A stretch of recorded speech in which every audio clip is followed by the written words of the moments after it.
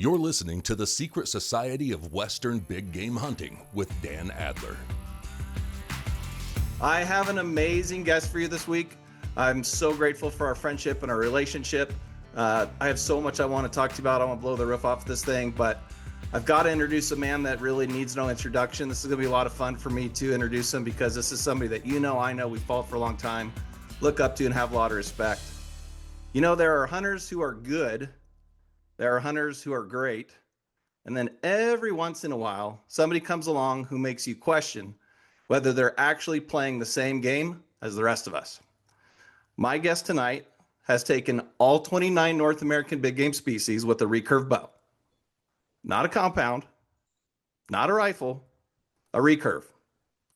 The kind of bow that doesn't have let off, doesn't have a sight, and absolutely does not forgive mistakes. He's guided elk hunters for over 30 years. He's been charged by grizzlies. He survived a plane crash. He once forgot his arrows on a deer hunt, which honestly is probably the most human hunter thing I've ever heard, even though I'm not sure I believe it. He, more importantly, is a husband, a father, a rancher, a trapper, a writer, a TV host, and arguably one of the most complete outdoorsmen alive today. Fred Bear told him to, quote, enjoy himself. He took that advice and turned it into a life that most of us only dream about. Ladies and gentlemen, please welcome to the Secret Society of Western Big Game Hunting, Fred Eichler. Fred, how are we doing tonight? Absolutely great, Dan. Thank you so much. I don't know if I deserve that honor, but thank you. I appreciate it. Like you, I'm very passionate about hunting and passionate about what I do and passionate about sharing it with other people. And I think, that's one of the reasons we connected is that passion for not only going outdoors, but helping other people go outdoors and getting to enjoy and love and be as enthusiastic as we are about something that we truly care about. That's so well said. And I think that's, people that are listening to this podcast today may be thinking they're listening to because of either one of us, but I think both of our goals is, man, I just hope our listeners can walk away with at least one, if not two or three things that literally permanently change the way they think about hunting the West or physically change the West. I think both Fred and I would agree that would be a home run for our audience. Does that sound about right, Fred, before I tee up the first question? 100% it does. And that's what's fun. I mean, I joke around about that hair club for men. Yeah. Well, I'm also a member. Well, part of our relationship started because I started talking to you about what you had to offer. And I was like, wow, this is really cool. And then one of the people that I work with, Lauren, joined up. And then I was like, holy cow, I got to join up. So let's have some fun. Let's talk hunting. And then if I can help anybody, I'd love to. Because a lot of it's little secret things that people know. I tell people hunting is, it's not one magic trick that helps you out. It's all those little tiny 1%, 3%, that give you that little tiny edge, and that adds up to a lot. Oh, so well said. Well, I'm tickled that you're here. Now, for our audience, you guys know that I kind of go off the cuff. I don't ask the standard questions. And really, guys like Fred probably get asked the same question thousands of times. So I go off the rails a little bit. I get a little deeper, a little more thought-provoking. That's just kind of who I am. And I think what our audience loves is that authenticity and transparency. So I'm just going to come guns blazing on the first one, Fred.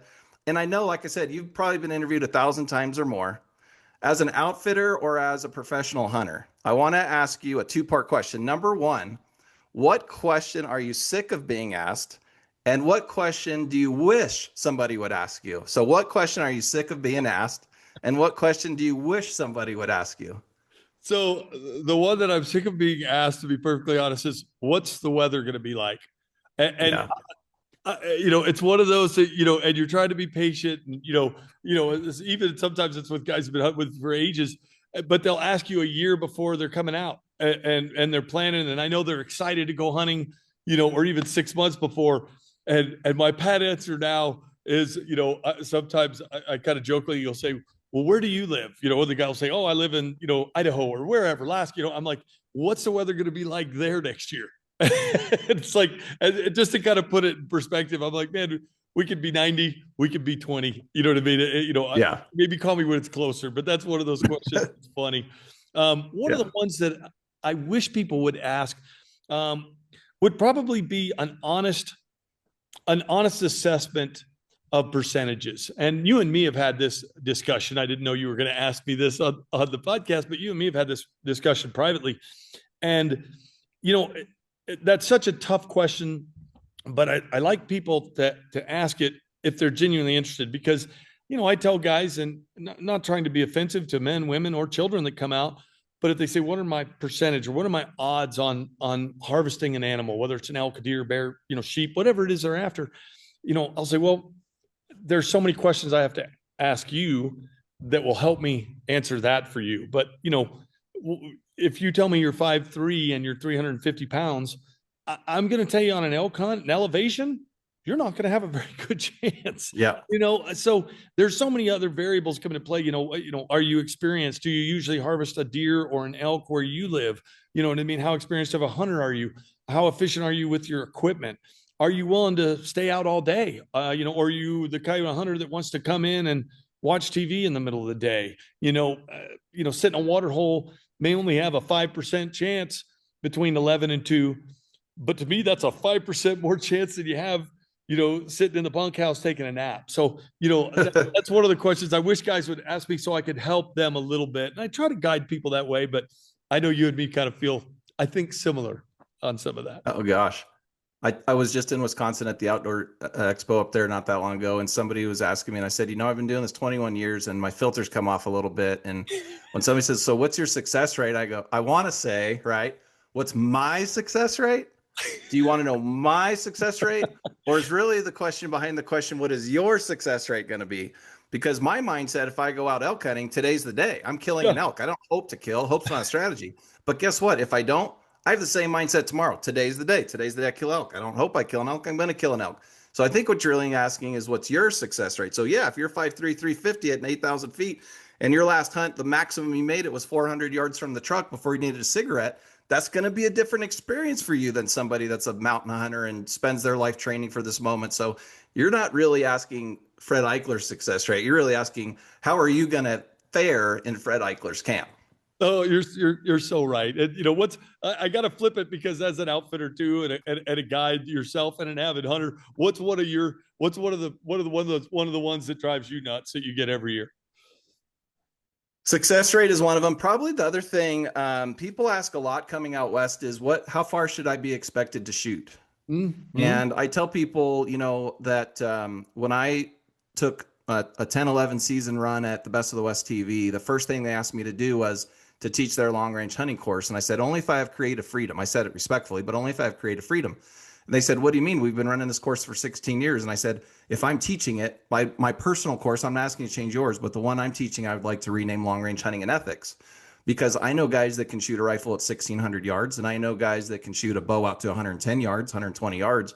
But that doesn't mean when they're in hunting camp with me, I want them shooting that far at a live animal in any case. So my kind of caveat to that is, well, I need to know, first of all, typically we have 6 months before your hunt, right? So I hope you're training now, and there's all the videos I've got, the series, people can go back and watch what that training looks like, from dry fire practice to muscle memory and breathing techniques and trigger squeeze. But really what I think it comes back to is, by the time you get to my camp, Bill, Mary, Thomas, whatever your name is, I need to know your max ethical range. So if your gun can shoot 1,200, but you're telling me your max ethical range is 400, my goal is still to get you inside 300, because I'd like to see you 25% inside your max ethical range. And I hope what you're telling me your max ethical range isn't sitting perfectly prone on a 0-wind day on a bench. Like, watch all the videos. Let's talk about the things you should be doing so that you're actually practicing in field conditions. You know what I mean? I think that's the big delineator between the two. And if I had answered that question first, the success rate probably is the first thing that comes to mind, because a little bit more cynical now, because my caveat answer when I was a young punk was, typically 80 to 90% if you can do your part and I can do mine. But now it's like, dude, that's not the real question you're asking. Let's just have a real conversation here.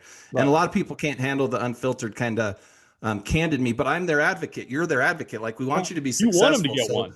Yeah. Can we just be honest? Like, what you're really asking me? Like, I'm coming out of that shell a little bit to be like, hey, I appreciate the question, sir. Let me tell you what I think you're really asking. And so depending on how the conversation gone to that point, same thing for somebody that's elderly. They're like limiting beliefs around their age. Well, I'm 85. Can I kill a bull with you? And it's like, dude, I've had people in their 80s that could absolutely out hunt somebody in their 40s and 50s, out hike somebody in their 40s and 50s. So people in their 60s, 70s, 80s have taught me age is just a number. I'm more interested in your proficiency. I'm more interested in your mindset, and I'm more interested in in your preparation. Like, what can you do? Like, just have an honest conversation with me about what you can do. Because like you, I'll take a paraplegic, I'll take a disabled veteran. Like, if I know what you need me to do, especially months in advance, anybody can be successful with this. It's if you try to paint a rosy picture of something that's not valid, I think people run into problems. This next question. That's exactly right. I get Yeah. I know we're going to end up talking forever, but yeah, along those same lines, I've had people book a horseback hunt because they watched one on TV and thought it would be awesome. And then you put them on a horse for, 4 hours and they're done for the week. You know what I mean? They're too sore. They're not used to it. You know what I mean? Or they're scared of the horse. So it is funny. And like you said, and something that you're very good at is communicating. And that's the key. And I tell people, man, the more you communicate with me, the more we communicate, that's going to make a better experience for all of us. Yep. Yeah. Transparency equals success, especially when it comes to Western big game or international mountain hunting. This next question kind of leads into that a little bit. So I apologize if it's a little bit repetitive. I'll try to make it a version that's not repetitive. Since we're both outfitters, I've never heard you say publicly anyways, the worst type of client you dread seeing walk into camp, not because they're a bad person. I don't mean that. That's different. But because you already know how the week is going to go. Somebody that's there to party. And I say that because fortunately, most of, like you, I have a very high return success rate. Ours averages about 84%. So every year, 84% of our clients have hunted with us before. So that, the great thing is, I know them, but especially getting started, having done it 34 years, you know what I mean? You kind of weed through and pick the guys that you're like, ooh, we're going to get an elk together. We're going to get a deer or whatever is we're after. But I've seen some cases, and sometimes it's when a company pays for somebody to go, or it's a guest of somebody. I am a very serious hunter. I have a very few select people that I'll actually go out and hunt with because I know they're not there to party. They're not there to stay up till 3 a.m. They're there to hunt, get back, sleep, and get out after it hard again.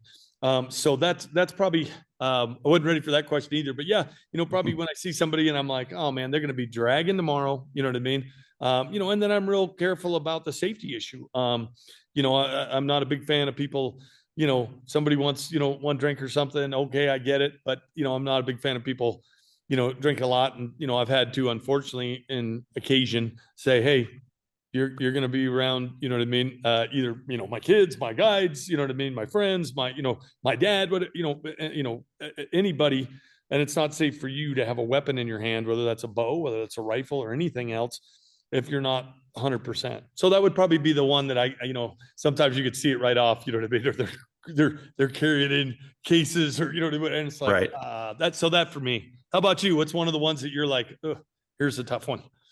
Well, I think for me, it's like, okay, if you just wanted to have a party hunt, there are so many other species and so many less expensive hunts you could do with me or somebody else. But to come on some of these more iconic Western hunts, especially if it's a draw hunt, right? It's like, holy cow, like you may or may not ever draw this hunt again.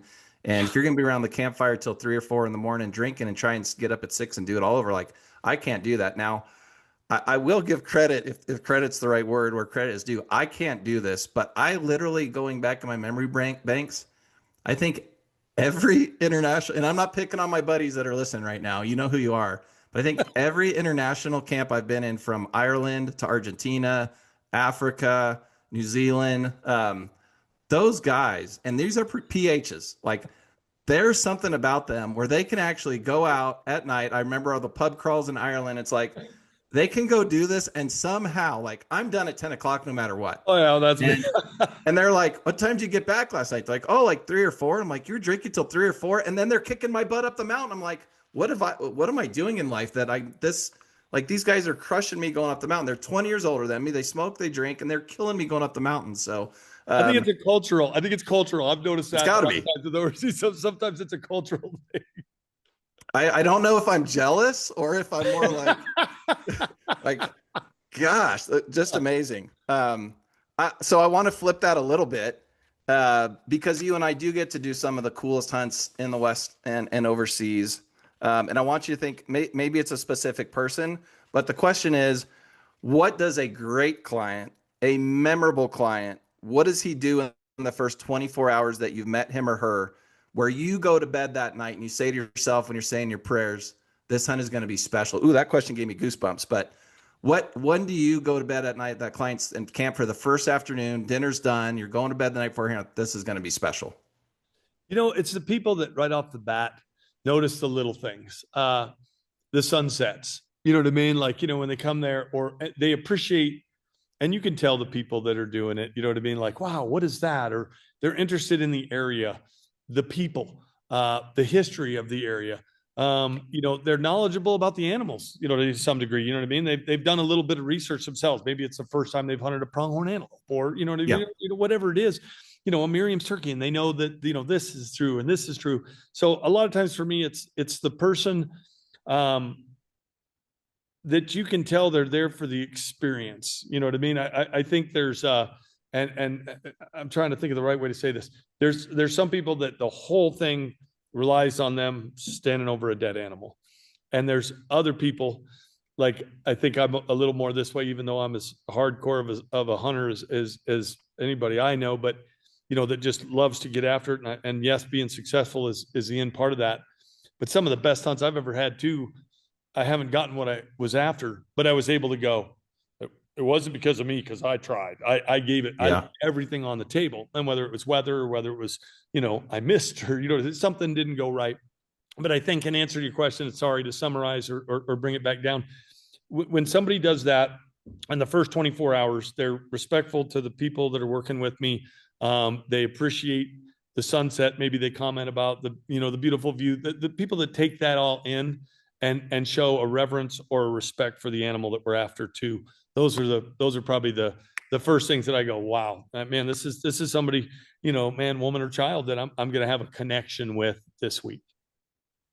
That's beautiful. I love that. And I know that's something you and I share, is the bigger picture of everything it is we're doing. That kind of leads me nicely into my next question and my next thought. And we're going to give you a shameless plug here. This next question is sponsored by Fred Eichler's Bow Hunting Western Big Game. You've written a lot about how hunters should vet outfitters. I love this question. You're welcome to turn it on me as well. We're allowed to go back and forth. If a hunter used their own checklist to vet full dry outfitters, what would they find? What would that epiphany be for them? So I guess, just so I understand the question, like if they were, figuring out, you know what I mean? Whether it was percentage or people or whatever, that would be the question. Yeah. I think that, when we're guiding bow hunters, we have experienced bow hunters guiding them, people that know bow hunting. When they're going with rifle hunters, they have people that are experienced rifle hunters that know how to help them, with their setup, or if there's an issue, you know what I mean? That's very important to me. They know the area that they're hunting. They've scouted out ahead of time. I'm sure we've both been with people where it was like, hey, what's over this ridge? And the guide goes, I have no idea. It's the first time I've ever been there. Yeah. You're like, what? So yeah, I like to think, and of course, that it's, I think the thing that I would hope that they would hear is that their guides were experienced. They cared about me and my personal experience. They were knowledgeable about both the animal and the area, and that they were good people. It's to me, that's that's an important thing. Being knowledgeable about the animal, the area. I work hard for my money, as I know you do too, and it's a lot of faith that people have, whether it's you or me or any outfitter. When you're spending your money with somebody, you're saying, I have faith in you. I have faith in you, not to rip me off. I have faith in you to do your due diligence. And that's the way I trust people when I give them my money to go on a guided hunt. And so I guess I would hope that they would find out that we take that investment in us very seriously. Love that. I'm going to go off script a little bit here. I've noticed about myself, and I really don't think it's about the ego. Feel free to criticize me if you think it is, but I have got to the point in a little over 2 decades of doing this where when a client's interviewing me, and of course at this point in our career, we're interviewing clients too. If we think they're going to be a bad fit for camp or a cancer in camp, we may not want them. We can easily refer them to somebody else or be full, right? We can magically, that camp is full if we don't think they're a good fit. The direction of the question for me is when so again, maybe it's ego. I don't think it is, but when somebody asks me nowadays in 2026 and beyond, like, what makes you different from anybody else as an outfitter, as a guide. I've gotten to a point where like 10 years ago, 5 years ago, I said, well, we do more scouting. We do these things, da, da, da, da, da. Tell me how, as if you were coaching me on this, feel free. Like I was just talking to somebody the other day that has an absolutely premium tag. And I told him, I charge $8,000 for that hunt. And I meet it, and he said, 8,000. I said, yes. And I said, before you say anything next, I said, I want to be upfront with you, sir. Like there are people that will charge you $4,000 to $6,000 for that same hunt. I want to be very clear about that. Like if you're looking for cheap, I'm not cheap, but look at my reputation, look at our reviews, 4.99 on Google for over 1,700 people. We do this right. We do it different. You don't want to show up in this camp with maybe a once in a lifetime tag and find out the guy hasn't scouted, isn't licensed or permitted in the unit. Like you've got a lot riding on this too. So the question is that it's not, don't you know who I am? Because that would be stupid. That would be egotistical. But it's like the reputation that has got you to pick up the phone and call us by this point. I don't like the question, what separates us? Like, I think our clients speak for ourselves. So how would you navigate what makes you different than every other outfitter in Colorado or every outfitter out West? And how would you coach me to answer that question better? Well, I think you kind of summed it up in a way, really. We're kind of interviewing them as well. It's I like to give them names of people sometimes that haven't been successful. And I've talked when people have said, hey, how do you find, you know what I mean? An outfitter to go with. As I'm older now and have talked to a lot of different people and had some bad experiences myself. I prefer to go with people that somebody I know has hunted with, you know what I mean? So, Sure. So sometimes that's not available to people. So I've said, you know what state do you live in? Because odds are I've had a hunter, you know what I mean, hunt with me from that state. And I could say, hey, you may not know this person, but at least they're from your area or your community or, your state. And maybe they didn't kill one with me. And I'd say, talk to them, because I think if somebody that's gone on a hunt and didn't harvest the animal they were after, but they have a good review, to me, that speaks volumes. And I'm that way. I've talked to, clients that have been with people, and I've even said that and kind of thrown outfitters a little bit like, hey man, can I talk to somebody just about the experience? You know what I mean? Don't give me the guy that shot the 400-inch bull. Don't give me the guy that shot the sheep on the mountain. Give me a guy that maybe didn't get one or maybe missed a shot, blah, blah, blah. And if I talk to that guy and he says, you know what, the weather was horrible, but they accommodated me every way they could, and it was tough. And maybe they offered for me to stay for a couple of days without charging me because, even though it was a natural event, there was nothing they could do. They did everything they could to try and help me.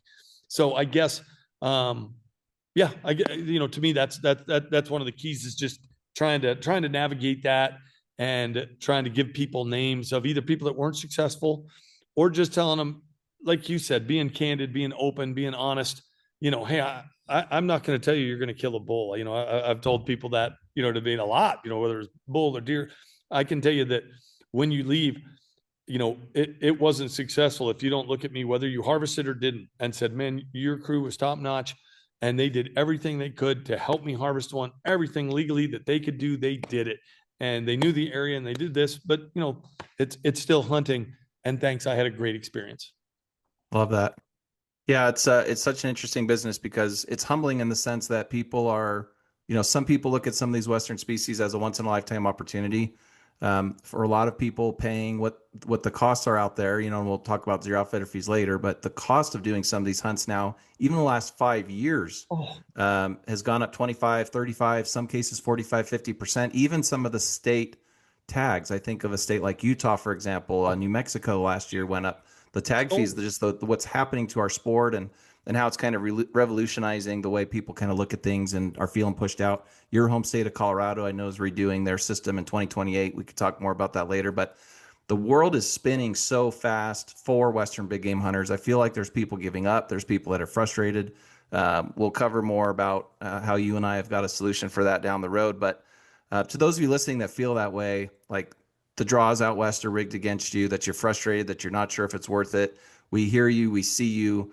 We feel like we've got a solution that's a fit for most people. But just know that when done right and when leveraged with people who And I don't expect anybody listening to be that guy, but my team's that guy that literally geeks out on revised statutes of each state and hunting regulations of each state and looks for those secret little hacks to where you can draw tags more often or draw tags quicker. Don't give up. Stay with it. It doesn't matter how old you are. I've heard guys say, well, I'm 55, 65, 75 now, so I'm not going to do it. I've got so many clients here in the last few weeks that have drawn the first year they applied in Arizona. So stick with it. Great answer, Fred. Thank you for sharing that. I'm going to peer a little bit deeper into your soul now. I've kind of got you warmed up a little bit, and I want our audience to see the real Fred Eichler here. And I love some of these questions. I'm sure everybody asks you about completing the Super Slam, especially completing the Super Slam. I want to get into the Fred Eichler that was in the middle of it, somewhere around maybe number 14 or 15, where the end was not guaranteed and it was hard. What was happening in your life and in your head at that point where you're like at the halfway point, you've seen the struggles, the frustrations, like, man, what was that headspace like at that point in your hunting life? Man, that's a great point. It's funny.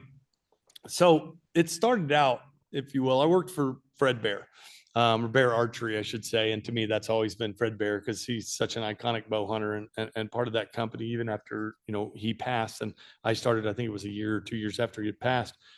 But my original goal was like, I would love to experience the things Fred Bear experienced. And the reason is because he did such a great job talking about the animal, the country he was in, the people. Fred Bear was an amazing, storyteller, but his passion came through, whether it was in his writing, whether it was, even in the videos that he did, in his speaking events, or when you spoke to him personally. And I got to, luckily talk to the man a couple of times. So originally it wasn't, Super Slam. It was, man, I'd love to experience and hunt the things that Fred Bear did. Like I want to hunt this species that he did in this species, because I've read about, through Fred's eyes, what it was like. Well, then in the 80s, Chuck Adams, I believe it was late 80s, he completed the Super Slam. No, nobody had ever heard of it. He was the first one to name it. And when he did that, I was like, oh my gosh, that to me, that's amazing. And it didn't start out, and I've talked to a lot of people, they were like, oh, were you trying to be the first, or were you trying to, and I was like, no, I said, really, it was more of what an awesome experience that Chuck had to do that.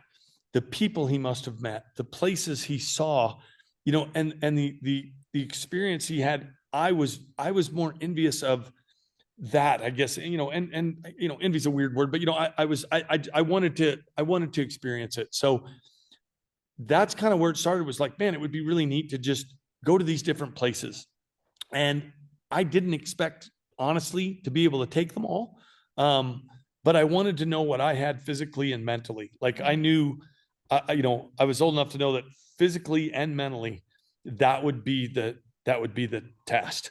And what I learned is that the mental part of it was as hard as anything, because of the challenges, whether it was weather challenges, whether it was, people challenges, what I mean? You have to learn to get along with different people, maybe a guy that wanted to do this. And I was like, no, that's, you've never bow hunted, obviously.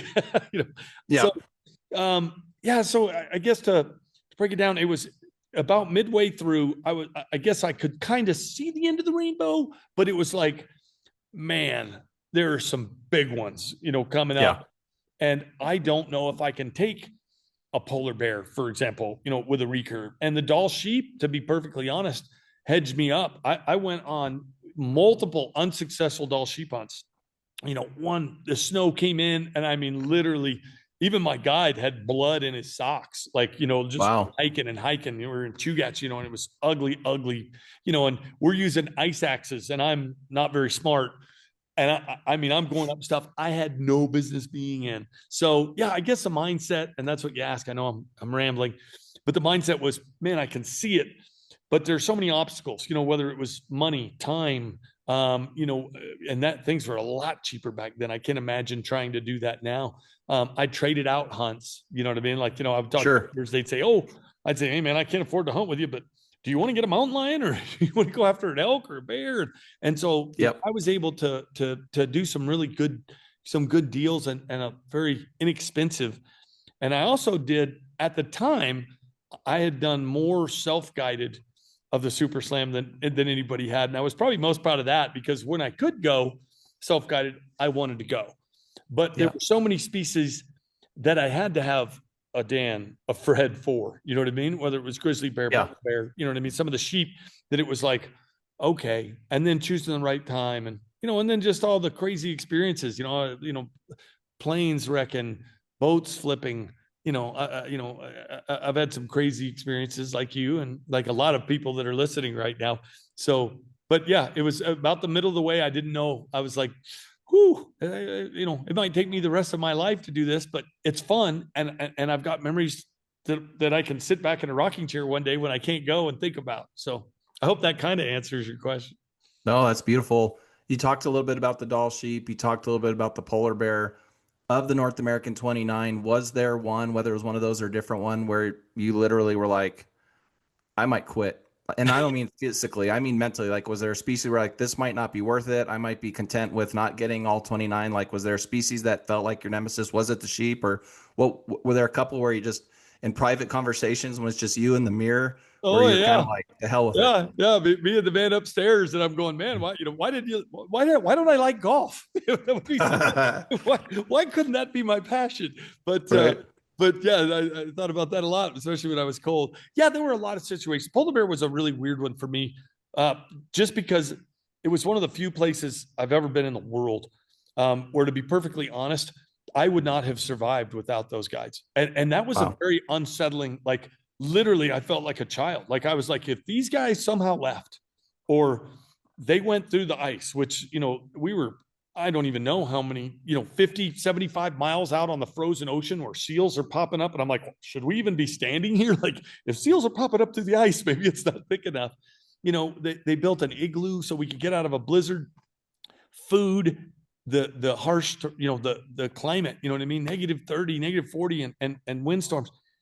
That was a really tough one for me mentally, because everything was white. And I know this sounds weird, but like, I guess my mind mentally, which is simple, granted, is used to color and variation and things, but to see white above you, below you, 360 degrees around you, not have any idea where you were at, and have to rely on somebody else to survive, that was a very unsettling. It was amazing. And we saw a lot of polar bears, and I learned that polar bears they're absolutely great. They're not endangered. They say that, I read it to somebody the other day. They said, based on global conditions, they could be in danger. And I'm like, well, human beings could be in danger based on conditions. That's the most ridiculous thing. But, in talking to the guides and seeing 13 different polar bears, I was like, okay, because a lot of times going somewhere, you realize you get rid of the, what's the word I'm looking for, Dan? Propaganda that's spewed out there, you know what I mean? All over, like, oh, polar bears are super rare and elephants, we shouldn't be hunting them. And you go somewhere and they're like, no, we're over carrying capacity for this region. Right. We have to take them. So, but yeah, the polar bear was weird. The Dall sheep was really tough because it was such a tough species. All the sheep with a recurve, and my limited range capabilities, those are real challenges because it was open country. To rely on very little cover to get in range. And a lot of those hunts, Dan, the added pressure of, hey, if you even touch it, like, your hunt's over. Like, if we find a hair, you know what I mean? Yeah. And I understand it, they don't want people, that wound sheep, but on my stone sheep, for example, it was like and the Dall that I finally ended up, getting at, only, like, it was this amazing deal. But when you start drawing, you're like, oh, if you happen to glance it off its back, your hunt's over, done. Wow. So that's an added pressure. But yeah, there were multiple times that I went, I think I'm just going to stick with squirrels in the backyard, maybe some deer, call it good. Yeah. For those listening to the podcast or watching on YouTube, can you talk a little bit about the inability currently to import the polar bear, and in your circles, any angles that give you reason to believe or even hope that you'll be able to import, or hunters doing polar bear hunts will be able to import them in the next 3, 5, 10 years? Great question. And I wish I had more knowledge on that. I went to, and for people listening, there's importable and non-importable areas, that you can hunt polar bears in when I went. And there were places you could go where, man, and out of this region, which was weird to me, but out of this region, it's okay. You could take the polar bear. Out of this region, you can't take the polar bear. And it wasn't Canada. They were great with it. They were like, yep, you have a legal tag. You killed a polar bear, take it. What I couldn't and still can't quite grasp, it was the United States and our regulations that were like, oh no, we don't care that you killed a legal animal. We're not going to let you bring it back in from this area. So that was odd. But I chose a non-importable area at the time because I was told, and it might have been their spiel, but this should turn into an importable area any year. So I harvested my bear. It was awesome. I was really, really happy to see the meat utilized too, which was cool to me. But I also wanted to get the trophy back. That's part of it. I thought that would be cool, but it never turned into, and to my knowledge, I don't know if it still is, they still hunt there, but I couldn't bring it back. So I stored it up in Yellowknife at Robertson's Taxidermy. A lot of people know Robertson's Taxidermy, but the famous people have been up there for a long time.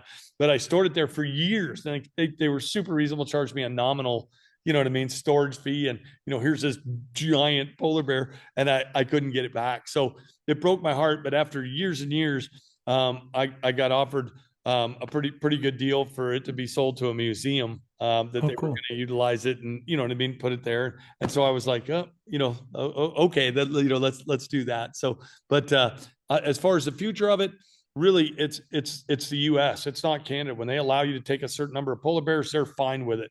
It's all ridiculous, and a lot of it's based around false propaganda.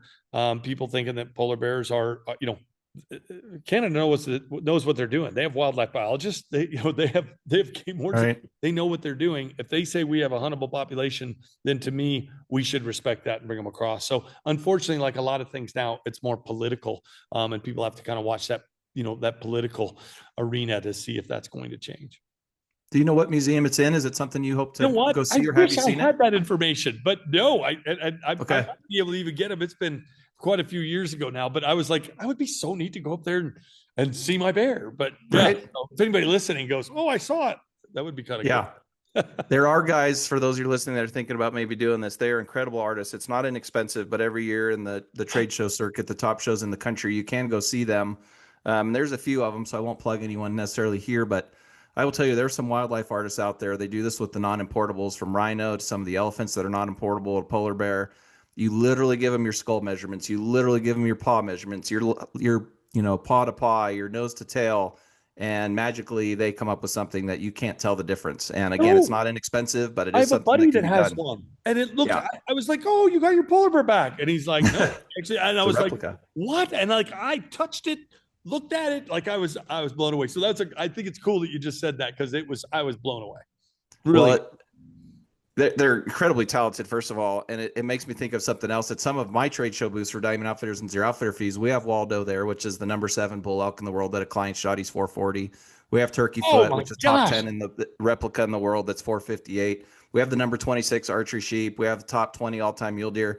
And literally, and I'm not picking on you guys, but it's like people come by the trade show, like, this is amazing. And like, they see how real the replica is, and they're like, this is the real one. And I'm like, no, sir, that's a replica. And they're like, this can't be a replica. I'm like, number one, it is a replica, and they're really good at what they do. But my mindset as an outfitter is like, oh my God, I could not live with the pressure of carrying my client's actual number 7 in the world, number 8 non-typical in the world, number 26 Rocky Mountain Bighorn sheep.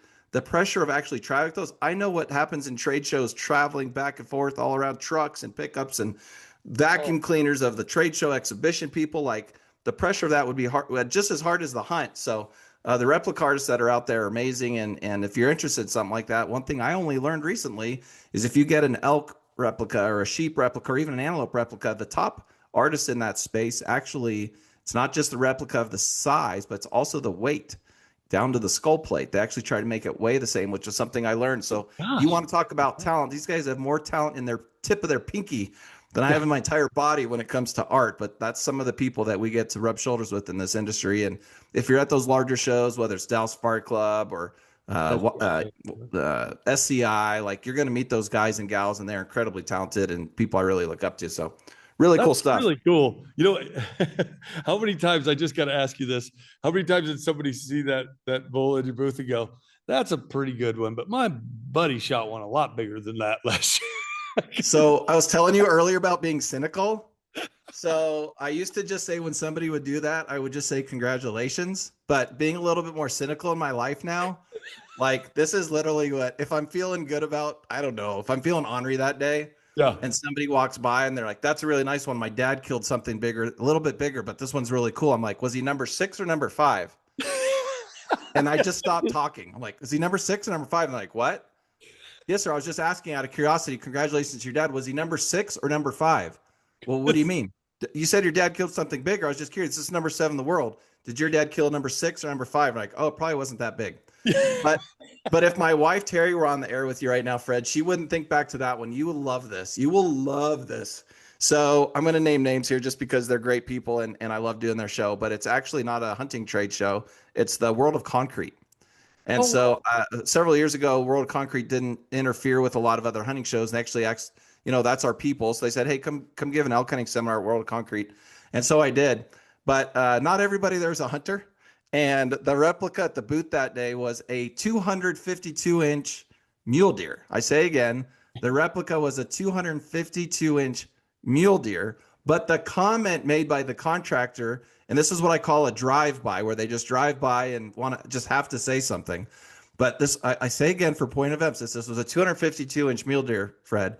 And the guy walked by and goes, that's cute. I killed a much bigger elk than that in my life. And I looked at he kept walking, and I looked at my wife, and she looked at me, and we're like, don't engage. Don't engage. Yeah, don't do it. Don't do it. I was like, sometimes you got to pinch yourself. Yeah. Oh, that was amazing. But literally, like, just stared this elk down, then gave me the stink eye, like, I've killed a much bigger elk than that. And I'm like, I think to myself, I hope you have, sir. That's great. That is awesome. And I've killed a lot of elk that were way smaller than that 252-inch mule. Yeah, seriously, right? Like, golly, that's so good. Great. All right, so you and I, little transition here. So you and I have just sitting on trial for being convicted, and we pled guilty to the fact that you and I are both purists. So there we were. We were tried by a jury of our peers and found guilty of being a purist. And in that notion, I want to ask you, you've talked a lot over the decades about how you feel a recurve is actually more efficient than a compound bow hunting inside 25 yards, which is a big topic. And I love the topic. And as a like, people don't know this about me. I am and always was an archery only hunter. As I like to joke on 11 years of Best West TV, I only played a rifle hunter on TV, which is a story for another day, but I am a bow hunter. I'm a proud bow hunter. That's what I prefer. That's what I do. And so again, the question is around both of us being purists. You've made an argument that the recurve is more efficient than a compound inside 25 yards. For our audience, walk me through the argument slowly, because people think we're saying that because you're saying that because I'm a compound guy. I will admit I do have training wheels. But walk me through that, because a lot of people say, well, Fred's just saying that because he's romantic about it or he's a real purist. But I know that you actually believe that deep down. Talk our listeners through that a little bit, because it's actually pretty beautiful. Yeah, and first I want to say I'm a Big Ten theory guy. I'm not one that, whether you're rifle, crossbow, compound, recurve, we're all hunters. So, Yes, sir. My personal preference, is a traditional bow. Recurve 95%, longbow 5%. There's so many great guys with longbow, and I'm not there yet. I'm trying. But to me, there's so many reasons. I don't rely on as many things. So when a deer, let's just say, gets into 25 yards, I can draw quieter than a compound, smoother than a compound. You know what I mean? It's, it doesn't matter how strong, and you're a big strapping guy, but I mean, when a compound breaks over, it's going to break over a little bit. Yep. With the recurve, I can draw it smoothly. If you lose the shot for a second, you know what I mean? And with a compound, you start shaking and you want to let down. When you break back over to let down, there's a little bit of a grab, no matter how strong you are. You can video it 100 times and people will see that break. But with the recurve, you've got that. The other thing is it's more instinctual. So I can shoot so much faster than somebody with a compound. And Dave Holt, who used to be the technical editor of Bowhunter magazine, we actually got into a big conversation about that. He was like, Fred, why the recurve? Why the recurve? I said, Dave, I said, it just feels more comfortable in my hands. Like I don't have as much to think about. I can just draw and shoot. And I said, let's go out in your yard. And we went out in his yard, and it was pretty fun because he had a deer target. It was one of those deals. It was like, okay, let's just agree for argument's sake that an 8 ring on this 3D target would be a kill shot. It's the same as a 10 ring. In other words, don't just shoot for the heart, just shoot for the 8 ring. You know what I mean? What's kind of accepted is the lungs. And I said, you say go, and we'll both shoot. And so he said go. He had his compound, he had his release and everything else.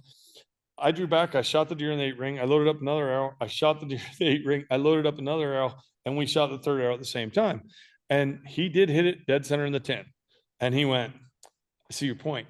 And I said, if a lot of times that shot is seconds, and with a compound, you have to kind of time it. You know what I mean? And I've seen people hold for a full minute. You know what I mean on elk, but boy, they're strong and they know what they're doing. But it's very difficult sometimes to time that or to come back and then let down. So when I say it's more efficient for me, and it may not be for everybody, just like, there's certain, I watch people do things with a longbow, and, they'd be way more efficient with a longbow than I would. Or, you're probably more efficient with a compound. You know what I mean? If you shoot that way because you know it well. For me, a recurve is more natural. It's a part of me. I just look at where I want to shoot. I don't have to think the range. I don't have to think, is my release on? Am I lining up my peep sight? Am I canted too much? Do I have to look at my bubble? Man, I just look at where I want to shoot and I drop back and shoot. So for me, it's a much more efficient, it's a more natural, and it's a fun way to shoot. And I've taken it so far with some people and said, the other difference is the last time I checked on my compound, I think there were 32 set screws. Now that includes the quiver, the rest, you know what I mean? Everything, the camp, I was like, that's 32 different things that can work loose, that can vibrate, that can, I can take my recurve and throw it out of a tree, crawl down, pick it up. I've been on sheep hunts where literally I drop my bow to the next ledge, like, and I would never do that with the compound because I would flip out. So I know it's a long-winded answer to your story, but yes, I do feel 25 yards and under a traditional bow with somebody that shoots it and feels, comfortable, proficient with it. I think I would rather have that in my hand all day long.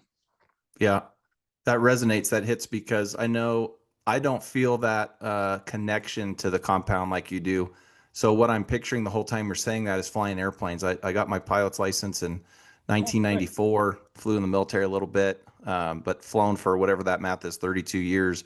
And I don't feel that way about my compound, but when I strap into an airplane, I get that same sense of like, we are one single piece of equipment. And when I talk to my clients in the NASCAR world, they'll talk about that moment. Like when you strap into the car, you're truly strapped in. All the hoses are connected to helmets on, visors down. It just flows. It's a continuous piece. Off script, but on the same subject. I talk about in my book, and I guess we'll make my book, The Mountain Knows, a little bit about hunting and a lot about life, the sponsor of this question. I talk a lot about in the military and in the hunting world, and it's okay to be either one. But I say the best outfitters and the best hunters are the ones that can differentiate between being a hunter and being a killer. And again, there's a place for this in the military. There's a place for this in the woods. I'd like to know, so an example for me would be one time a client was a successful elk hunt with me.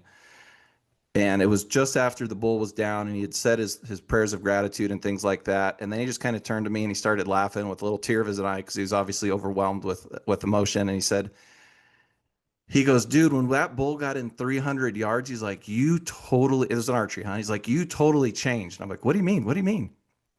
And he goes, I've known you for years. I've watched you on TV, all the stuff, all the shows, all speaking agents. You are a nice guy. I book with you because you're the same on stage as you are off stage. Like, you're the same guy. However, he's like, when that bull got within 300 yards, you changed. He's like, you were back in the Air Force, Captain Dan Adler again. And he's like, I'm not criticizing. He's like, I just thought it was cool and it caught me off guard. And I just looked at him and I smiled and I said, well, that's what you paid me for. And he goes, what? I said, that's what you paid me for. I said, My job is not to hope that you get an elk. My expectation is we're going to kill an elk, like I alluded at the beginning of the show. So when he's inside 300 yards, now we're in his window, now we're in his bubble, and I've got to get you to within 40, right? So my demeanor's going to change, but it's always with your best interests in mind. How we walk, how we talk, how we move, how we judge the wind, how we judge the thermals, how we judge the hunting pressure, if there is any, how we judge what the elk's behavior is, what he's calling, what he's not saying. Can you just talk a little bit about both for yourself and hunters, what's the difference? Because some people are hunters that will never be killers, and there are others that are just straight cold killers. And I say that as a compliment. Can you talk a little bit about the difference between a hunter and a killer, and when, for you and your clients, when do you like to flip the switch? So it's really easy for me to flip the switch for me personally, especially if I'm hunting alone or I have somebody, that running camera that's also a hunter. I get in that zone and I love it. You know what I mean? It's like, yeah, it's what you can't even describe. It's like that feeling when you're in the plane. You know what I mean? It's like, man, I just, I've said before, I don't want to be, I want to be an active participant in nature, not an outsider looking in. I want to feel like a wolf must feel, or a grizzly snipping up on something, or a lynx, or, whatever it is. But I'm a horrible guide, Dan, because I get way too excited with clients. I need to control that. Like I'm horrible. I've literally had people go, "You're a horrible guide," because I'm like, get ready, because I know what I would do in that situation, and when they're not doing it, I just like, why are you not down? Why are you not comfortable? The sun's on the left side of your face. Why didn't you slide behind the tree and get in the shade? Why you backed into the bush? But now you can't draw your bow. Yeah, the elk's not going to see it, but you're never going to be able to shoot him.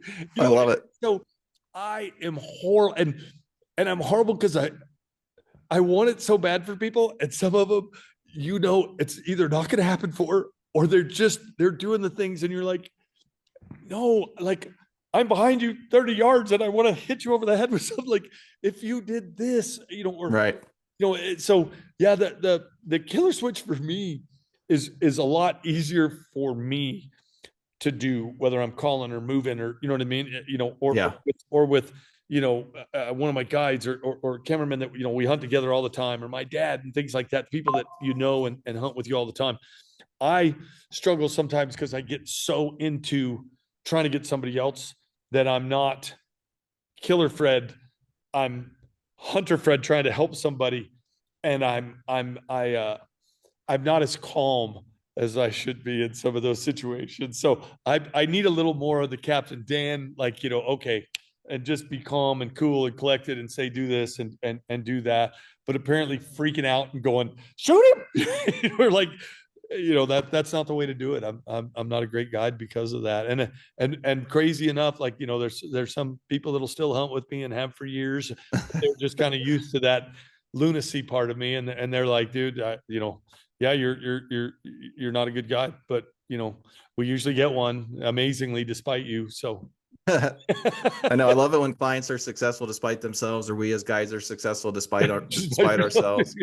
But as a fan of your show, I've always loved that about you. So exactly what you're picking on yourself for. And I've always loved the authenticity of the rawness of the gratitude, and like, holy cow, this just happened, or even when it's a failure, like some of our best stuff that our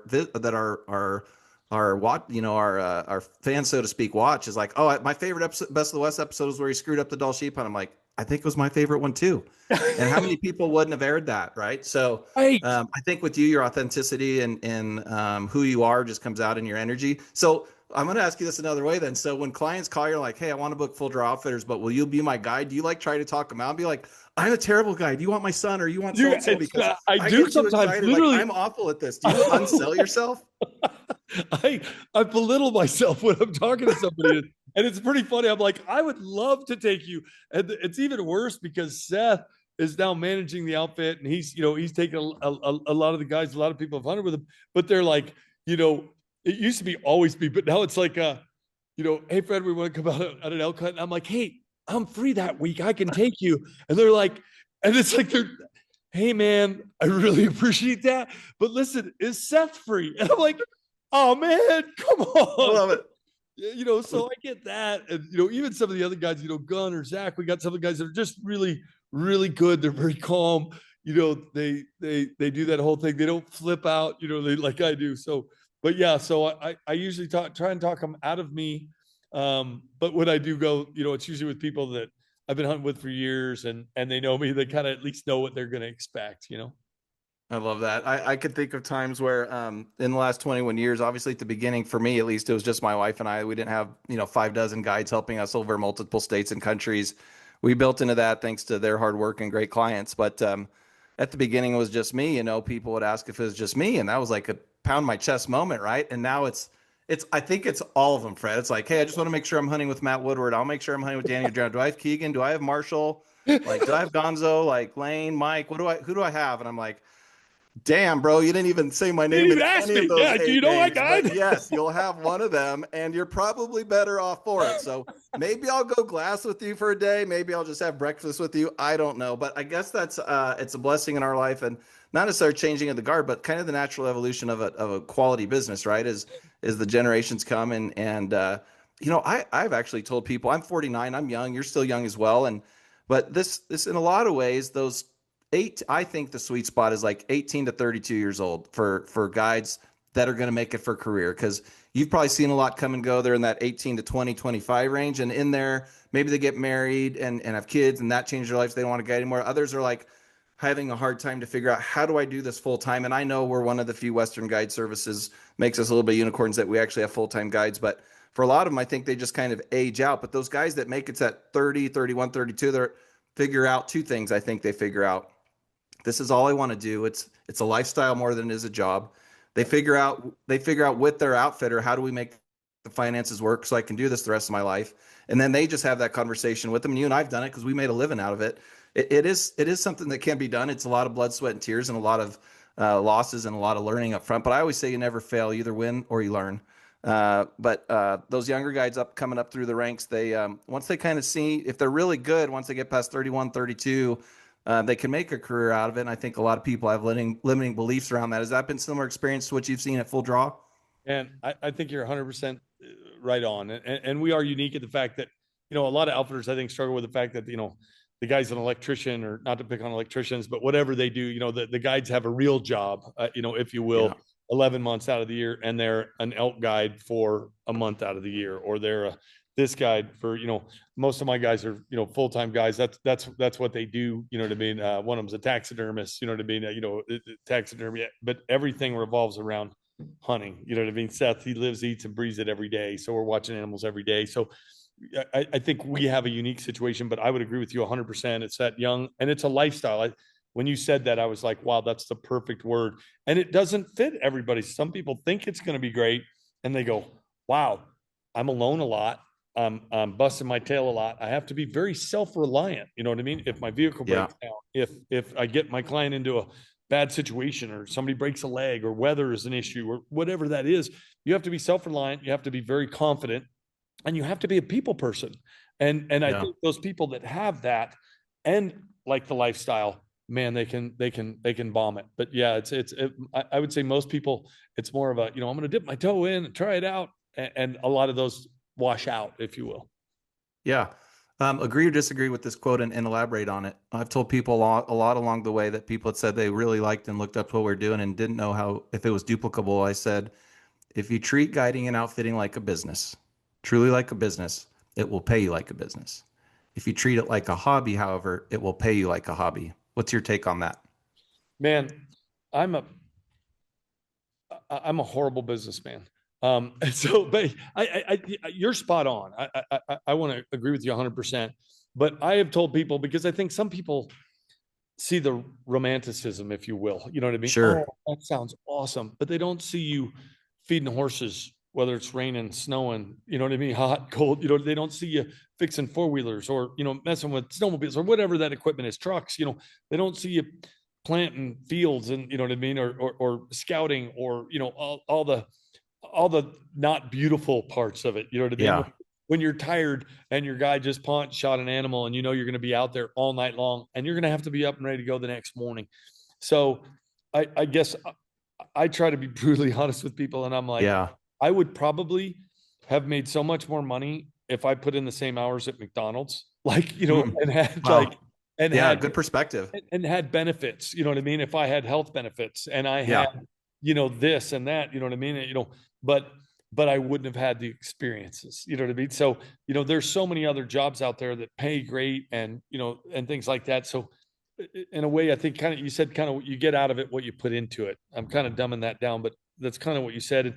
I think, but yes, if you treat it like a business and you're smart and you watch your spending, because it's, my gosh, Oh man. how many people, just fuel bill. I mean, we don't have to talk about it because it's crazy, but your fuel bill's crazy, and you have some people go, "Oh man, that's an expensive hunt." It's like, do you know what I pay for leases? And do you know Right. what I pay to have professional guys? Just like, I've always heard great things about your outfit and the people that have hunted with you and you as a person as well, which is a Thank you. compliment to you. But it's one of those things where you go, man, my expenses are crazy, and I may have a huge Yeah. fluctuation in fuel or this or that, but I'm not going to flip that over and charge you. You know what I mean? That's just, I just Yeah. take that, that's something that I have to deal with, or having an extra guide on hand that, and just in case somebody gets sick, you know what I mean? Or somebody can't do this. So, I agree with your quote 100%. I think you are spot on, but I think some people, my concern is when they go, oh man, I really want to do this for a living. Yeah. Like, understand what you're getting into. It is, just like any person that owns a business, you don't clock out at 5. It's 24/7. You worry about it. You think about it. You know what I mean? And if Yes. you genuinely care about it, and I won't say consume in a negative way, but you're never off the clock. You're always Yeah. there for your people. You're always there for your clients. Just like I know you take calls, even for me, at odd hours and, all the time, and your crew, you know what I mean? Yeah. Gosh, I love that I can call and get an actual person and not Yeah. machine or, wait for, days to get a response. So I think that's Yes. very important. So yeah, I agree 100%. If you treat it like a business, it'll pay you like a business. But yeah, There are, to your point, easier ways to make money. It does, and it was one of the reasons we'll talk about zero outfitter fees in a minute. But I think the guilt, my own personal guilt, there's about 8 reasons probably why Terry and I started zero outfitter fees. But I think there's part of it. One of them was literally like the personal guilt of how expensive hunts have gotten. Like in 2005, my trophy elk hunt in Arizona was $1,750 7 days. I mean, today that hunt is $8,000, and they go way up past that for quality elk hunts out west, right? I'll share with you. I'll close this piece on this. You'll get a kick out of this, and I'm not one that constantly smashes millennials or the younger generations. I'm really not. But I will say one of the things that I will never forget was driving back from. You'll remember when Safari Club International was in Vegas for several years before they moved out, and I was driving back from Vegas to Prescott with a young guide. He'd been in the company, I want to say, a year and a half. And this is actually a super talented kid who, if he'd stuck with it, would be one of my leaders today. Didn't stick with it for a million different reasons. But I do remember very vividly a conversation. Maybe you had something similar. We were driving back. As I said, he was about 18 months in. So he'd either done a season and almost 2 or a season and a half, something along those lines. So he'd seen a little bit of elk, a little bit of mule deer, a little bit of coos deer, a little bit of bear, a little bit of lion.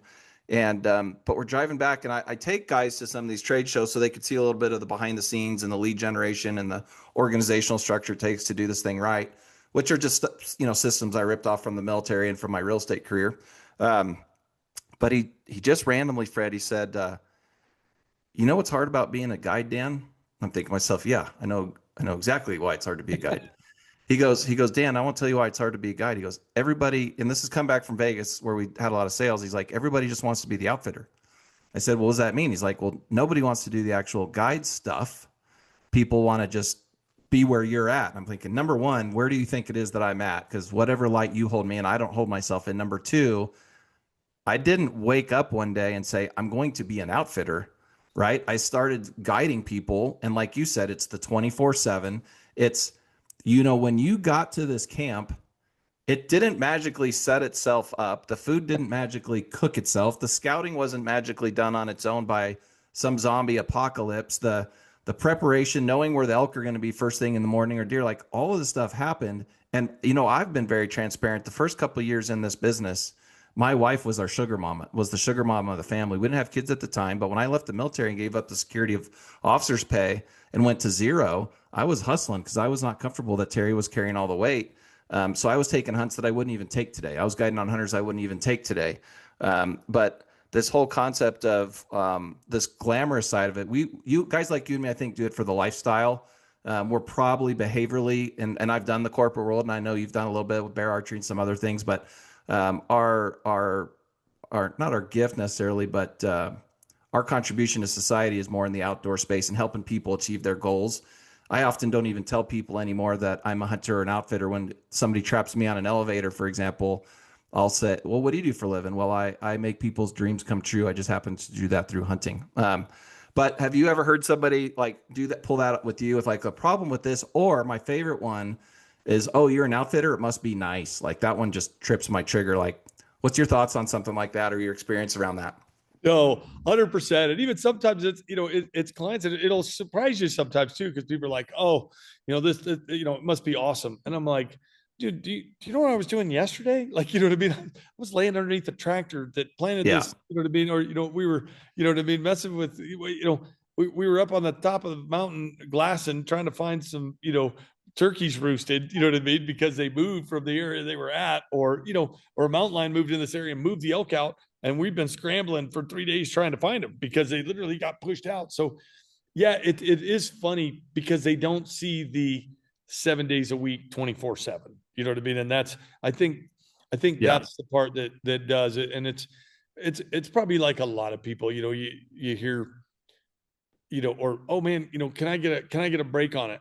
And they're like, well, what do you do for a living? Oh, well, I'm an air conditioning salesman. It's like, oh, okay, can I get one for half price?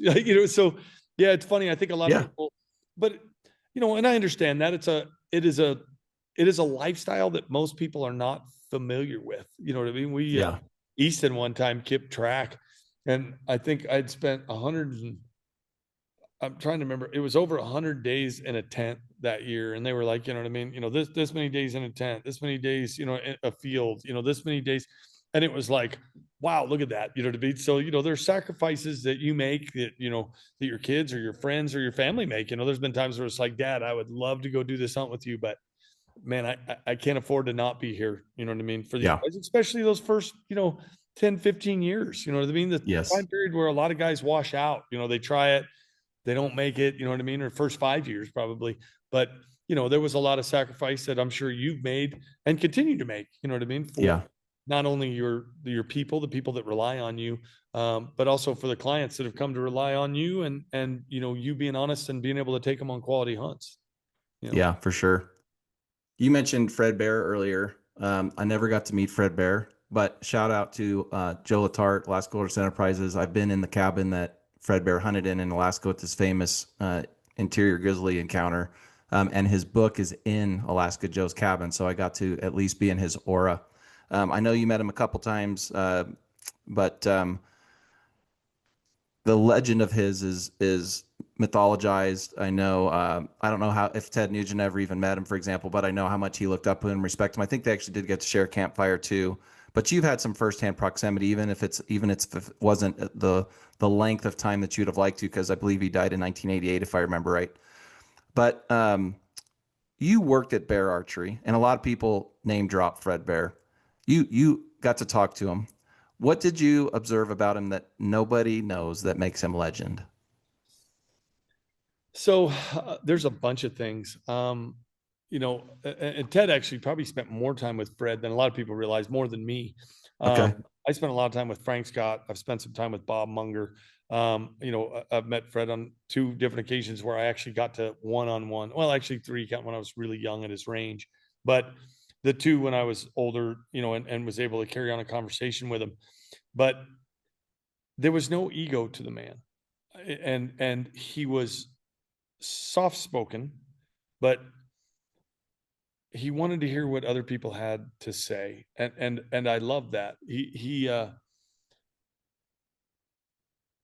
was a very gracious man, but he also wanted to talk to you. And he gave you the sense he was very interested in what you had to say. He wasn't, he cared, like, he cared about people, and he was so passionate about hunting.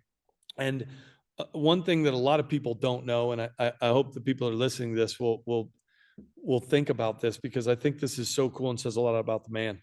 Fred Bear smoked, but even back in the day where smoking was, I'll say, cool or accepted, Mhm. and it was on TV, and you could smoke on an airplane, and you could smoke in movie theaters and things like that.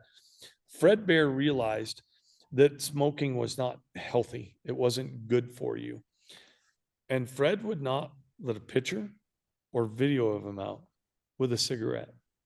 And Oh, because he knew that young men like me or young women are impressionable, especially with their mentors, if you will. My father will always be my main mentor and you know, my idol. But Fred Bear in the archery hunting world was like, wow. And the fact that he cared so much about the young people like myself and everybody else that was watching him, you don't see anything with Fred Bear with a cigarette. And emphasis, unfortunately, is what got him. But he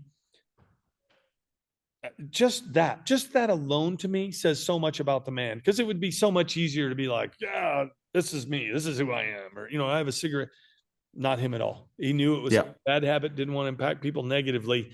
And I'm like, wow, because sadly, if I knew my hero smoked, especially when you're young and impressionable, I'd be like, oh, I want to be like Fred Bear, I want to shoot a recurve, and I want to do this, and I want to smoke a cigarette because he does. Yeah. I like to think that I'm, you know, a little, you know, a little more headstrong than that, but it's very easy for people like that to be impressionable, and that always, I always respected that about the man. But he genuinely cared so much about the outdoors, cared so much about the sport, that he did a lot of things for the sport itself, not for him personally, not for Fred Bear as a business, but to share that passion. And similar to what you said, like, you know, I love that the reason you got in it is you wanted to share your passion. You wanted to make people, you know, have opportunities at hunts. You wanted to help break that barrier, because it's intimidating drawing tags and things like that. And when you answered some of those questions for me, right, if you will,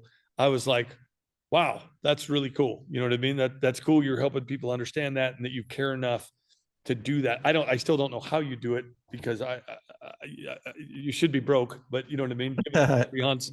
But it's cool that you do it, and you did it for the right reasons. But I respected Fred Bear because of so many things. But he was an amazing writer and did so much for the sport, and just a good person. Some of his quotes are just absolutely amazing. He's like, you know, we go to hunt, you know what I mean, to search, you know, to search out animals, but we end up, you know, finding ourselves there. You know, like all kinds of amazing quotes that'll live forever.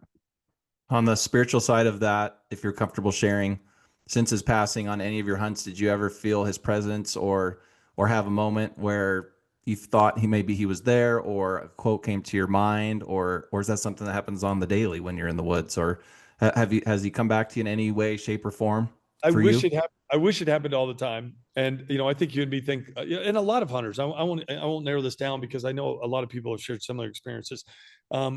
Being outdoors and hunting is a very spiritual thing. You know what I mean? You know, Yes. to me, it's a church, if you will. You know, Yes. some people argue that, but to me it is, you know, but, yes, there's been times that I really genuinely felt what I felt like was Fred, you know, usually laughing at me or telling me to calm down if I got frustrated. Like, you're having fun, don't be frustrated, you know.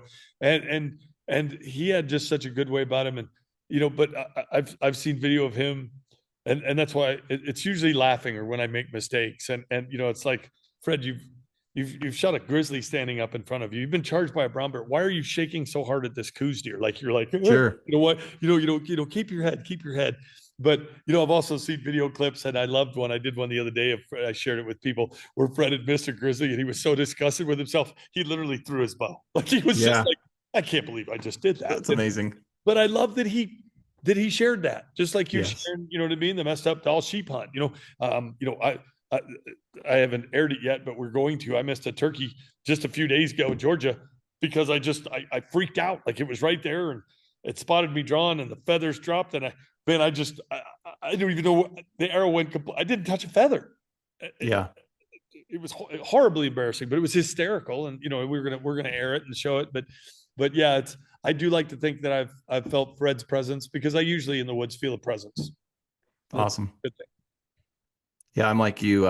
Every morning out there, it really is the spiritual world, and the civilization we've built is different than it was 10,000 years ago. But the hundreds of millions of years that Earth's been in existence up to that point where we started building things was very much the same from day to day. You know, we're humans back then. We just needed to eat food and outrun the megalodon, or outswim the megalodon, or outrun the woolly mammoth, or whatever the case may be. And so getting back to that calmness, getting back to that calm, you know, just the place where everything's just nature dictates the day to day is very special, very beautiful, and grateful for you sharing that. On that kind of similar subject, a little bit of opening up with you a little bit. Everything Eichler, your whole family's on camera, right? What do you feel you've given up, or what has your family given up to be that transparent in this outdoor space to build that life? You know, talk a little bit about that. It's more about me and the boys, and our lifestyle. But I don't know that I don't know that boys would say we've given up much, you know, as far as it's probably brought us closer together. You know what I mean? Because Seth and Trent both guide. Seth's managing the business with me.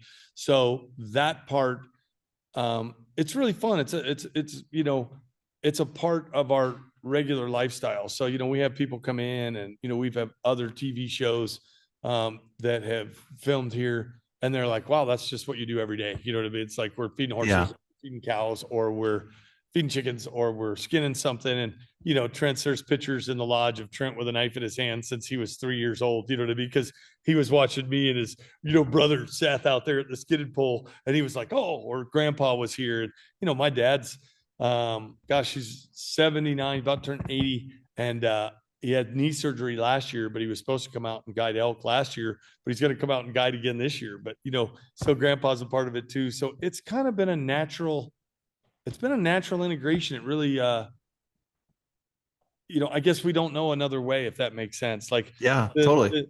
The outfitting business is what I thought I would just always do. The TV show came about because, one of the marketing directors from East and Arrows came out and hunted with me and said, hey, we're thinking of doing a TV show. How'd you like to let us video you? You know, it was literally that. You know, some people like go out to get a show, or get sponsors, or do this or do that. And it kind of, I was running an outfitting business. That's what I was doing. And it kind of came to me where they went, hey, would you share this, or would you let us video some of your experiences? And I looked at it as an added challenge, if you will, because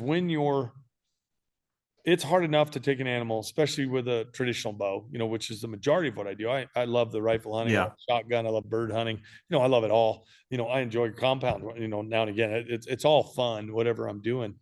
But when you, as you know, when you add another person and a camera there, I have passed up, spooked, not had opportunities at so many animals because I was trying to capture something special, or something unique, or try and let people not just see like the animal 100 yards away and all of a sudden it's got an arrow in it. I wanted to feel that. I wanted the camera to shake when that bull bugled. I wanted to see his breath. I wanted to look over my shoulder and see that arrow coming back to full draw, and see where the arrow hit, not an outtake later. You know what I mean? Like, oh, now I'm going to fake draw. You know what I mean? Like, you know, absolutely, you get the real deal. You know what I mean? Like, and share that's been the fun part. So to me, I've looked at it, and I think the boys too have looked at it more of, this is a challenge. This is an added challenge.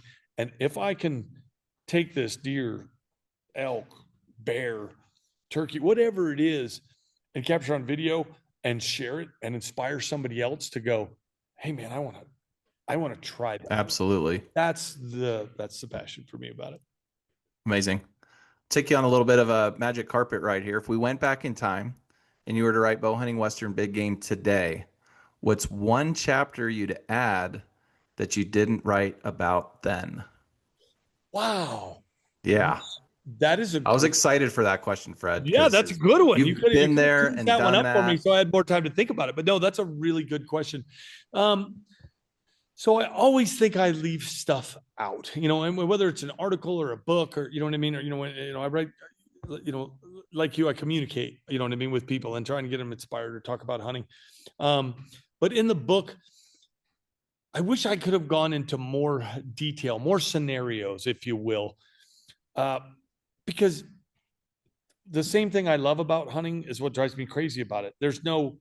Every elk isn't the same. And you know, people sometimes want that magic answer. Oh, to get a bull to come in, what do I do? And you're like, you know, there's 1,000 answers to that question and 1,000 scenarios, you know, a million could play out. And, you know, I've had bulls run from my call.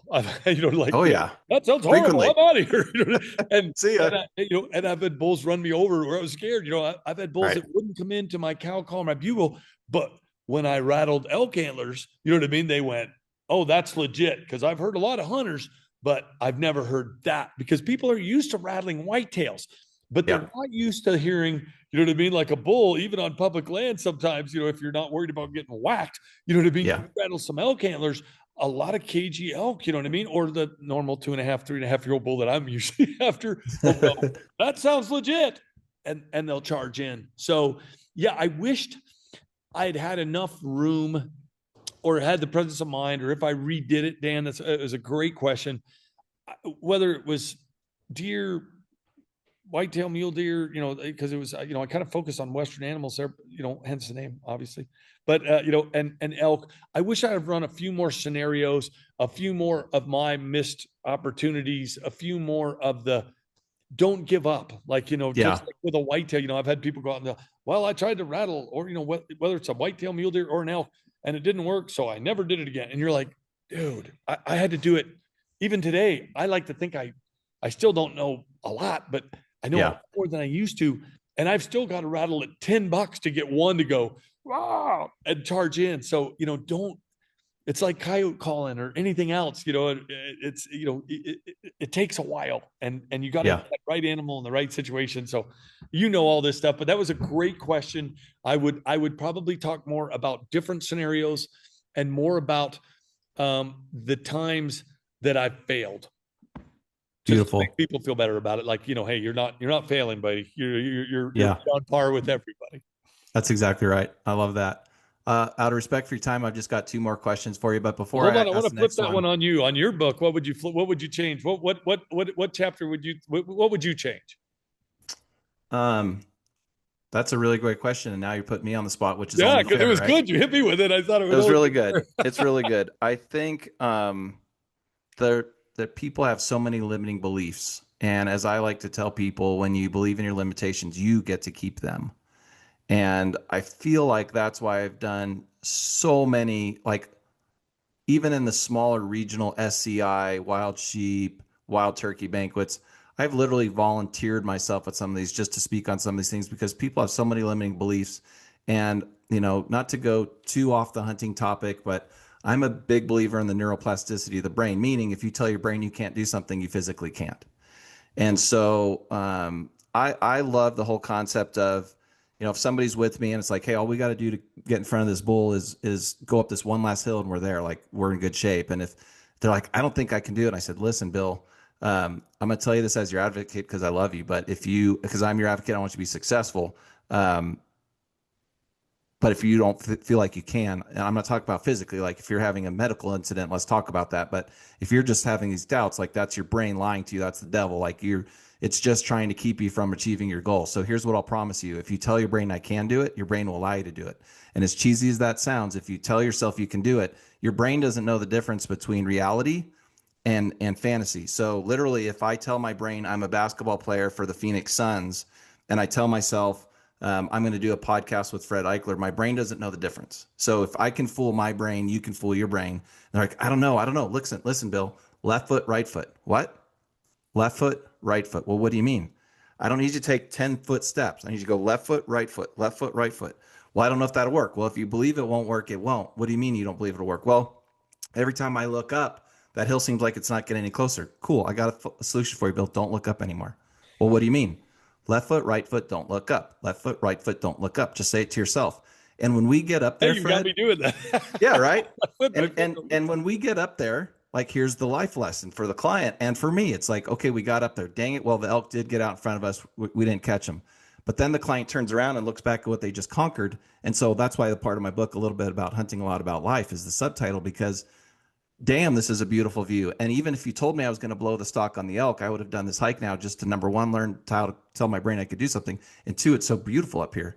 And yeah, we're not in front of that elk now, but that's okay. We know where he's going to bed. We know where he's going to wallow. We'll still figure it out. But for the rest of this hunt and the rest of your life, left foot, right?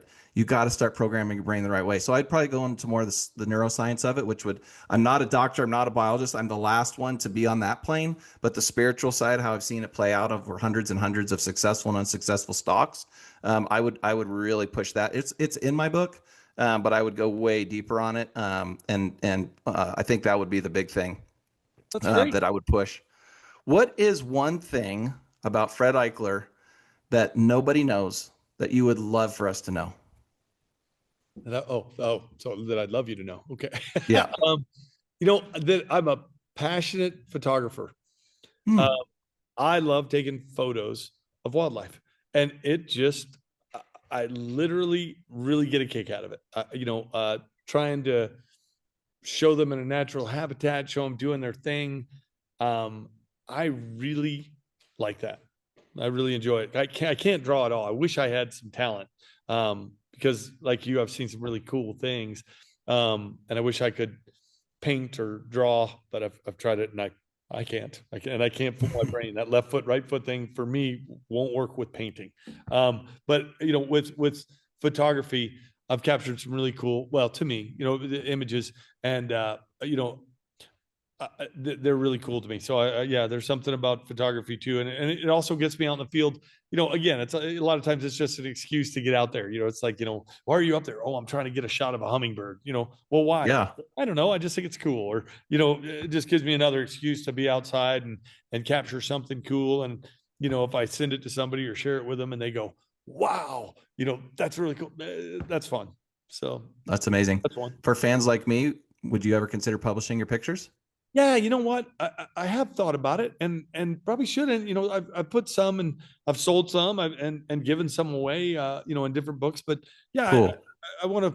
I think on the social, I want to start like, even if it's just hey, here's a couple of my favorite turkey shots or bear or elk or whatever it is. It's just cool. It's just fun, and to me, it's like, check it out. Do you like it too? Because I'm sure you're like this. Some people's art, I'm like, I'm blown away. Like, I've seen that. Like, how did you capture the paint? Yes. I'm so impressed. I'm so fascinated. Same thing with people that can draw.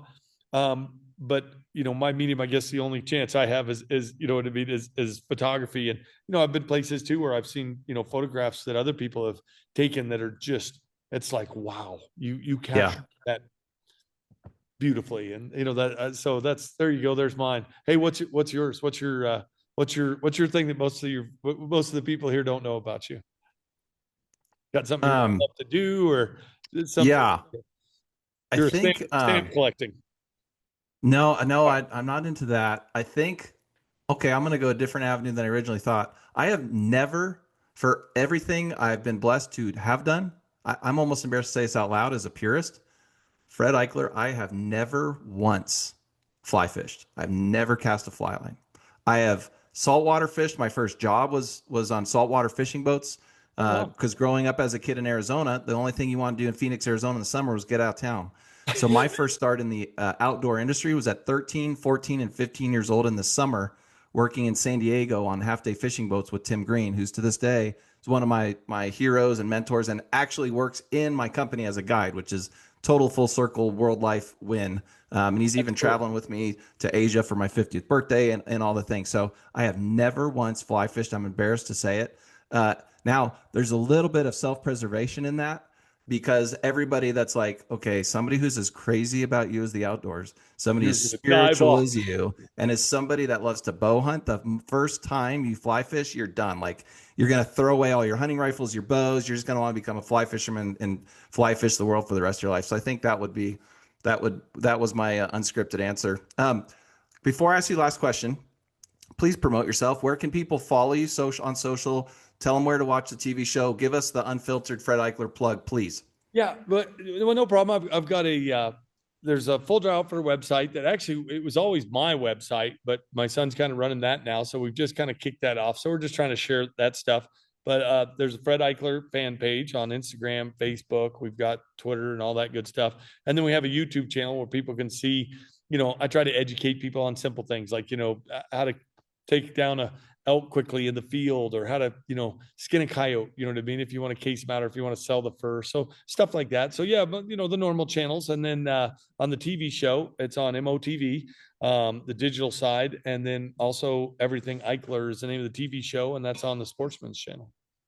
Beautiful. So make sure you're following them there. Last question. I know and I appreciate that you are a member of Zero Outfitter Fees. I know and appreciate your executive assistant, Lauren, is also a member of Zero Outfitter Fees. Why in our discussions and more importantly, in your personal life and your personal hunting strategy, why was Zero Outfitter Fees such a no-brainer for you? And why do you think it's a great thing for your followers? A big part of it was you don't know this, but I've watched some of your seminars, and you know what you're talking about. You know what I mean? Like, I respect the things that you say, but on the, I guess, personal level too, I don't know how it's free hunts. I mean, honestly, we talked about this earlier. Hunts are so expensive in the West. And the fact that, in all the different states, you know what I mean? Arizona, New Mexico, Nevada, some of the states that you're running your hunts in, it blows me away that if I draw being a part of your organization, I can go on a free guided hunt. That's impressive. The other thing that, and this is just a shout out to you, I thought this was really cool, and I had to have you explain it to me a couple times. You kind of grandfather in. So as your price has gone up, and yep. I don't know how, like, I couldn't grandfather people in on elk hunts. In other words, when I started out, you know what I mean, charging for elk hunts, I couldn't allow somebody to say, oh yeah, you're going to be a member of Fred Eichler's deal, and 10 years from now, I'm going to charge you the same price. I couldn't do that. But I really respect the fact that you look at it and go, hey, if you had faith to get in on this, I'm not going to raise your fees. So, it's multifold, and I can't give you one, but there's a bunch of different reasons, but I'll give you my personal top three, and other people may say, oh, I like it for this or this. My other one is the draw game is so difficult now. And to draw, you have got to, man, unless you have a ton of time to play with, a computer and figure out regs and apps and what to do. The fact that you guys are doing that for me is huge. That I can get somebody on the phone, that I can tell you what states I want to draw for, because that game is very important. I call it a game. It's not really a game. It's pretty serious stuff trying to get drawn for tags. But the fact that I can get somebody to help me, and that it may be better for me to put in for a rifle tag and then go with a bow. I mean? I did that in Colorado one time. It was easier. The odds were better for me to draw a go tag with a rifle and then go down a weapon than it was for me to even put in for an archery go tag. And I was like, wow. But that was the percentages. That's how the numbers. Yep.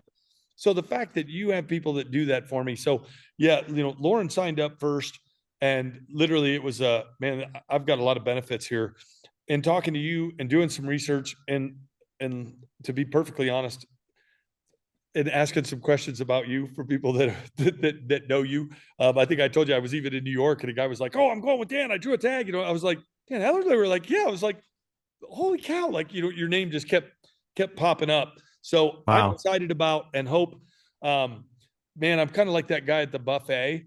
You're going to lose money on me because I don't understand how you're able to give me a free guided hunt if I draw in one of your states. I love that. And I'm excited to do that because I know people have done it with you and are excited to do it. You know what I mean? So that's probably my top three right there. Some of my favorite reasons. The fact that you grandfather people in so I can hop in there. I know you're not going to raise my fees, 5 years from now, 10 years from now.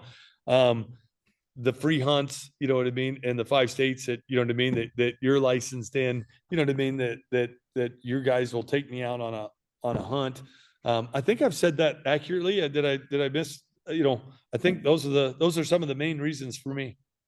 Oh, that's beautiful. And we're so grateful to have you. I'm so glad you see value in it. We're definitely trying to get the word out. There's a better way to see the West. You don't have to memorize all the regulations. You don't have to go and try and figure out the draws, where the drought was. You don't have to figure out where the wolves and bears are, where the hunting increases and decreases and tags are, the disease in the sheep population. Like, we did want to create something where it's like that set it and forget it experience. We want to give you leverage. We want to save you time. We want you to have the peace of mind when you get drawn, you're going to a good area and you already have an outfitter booked. And oh, by the way, you don't have to pay. So, Fred Eichler, you're a great American. The book is Bow Hunting Western Big Game by Fred Eichler. Full Draw Outfitters. If you don't know him, you should follow him on all the channels, watch his show. Again, you're a great American. I'm glad to call you a friend. We're glad you're in the club, and thanks so much for being here. Any parting shots to your followers out there that are listening tonight? I was proud to spend my hard-earned money, you know what I mean, with you. And just because there's so many, I would have done it for any one of those. Like I would have done it just for the free hunts. I would have done it just for you helping me with the tag. So there's a lot of cool benefits. Me and my crew, we run an outfitting business. We wouldn't be, giving you money if there wasn't a ton of different advantages to it. But I respect what you're doing. And a lot of people respect you. So it's been fun talking to you, man. I think we have a lot of every time I've talked to you, it seems like we find more similarities in the way we do things. But I'm looking forward to doing some stuff with you in the future. All right, brother. I appreciate you. We'll talk soon. Thank you, everybody. This has been the Secret Society of Western Big Game Hunting. God bless you, and see you later. Bye-bye. The Secret Society of Western Big Game Hunting is brought to you by Zero Outfitter Fees and Diamond Outfitters. Be sure to follow us on Instagram, Facebook, and YouTube.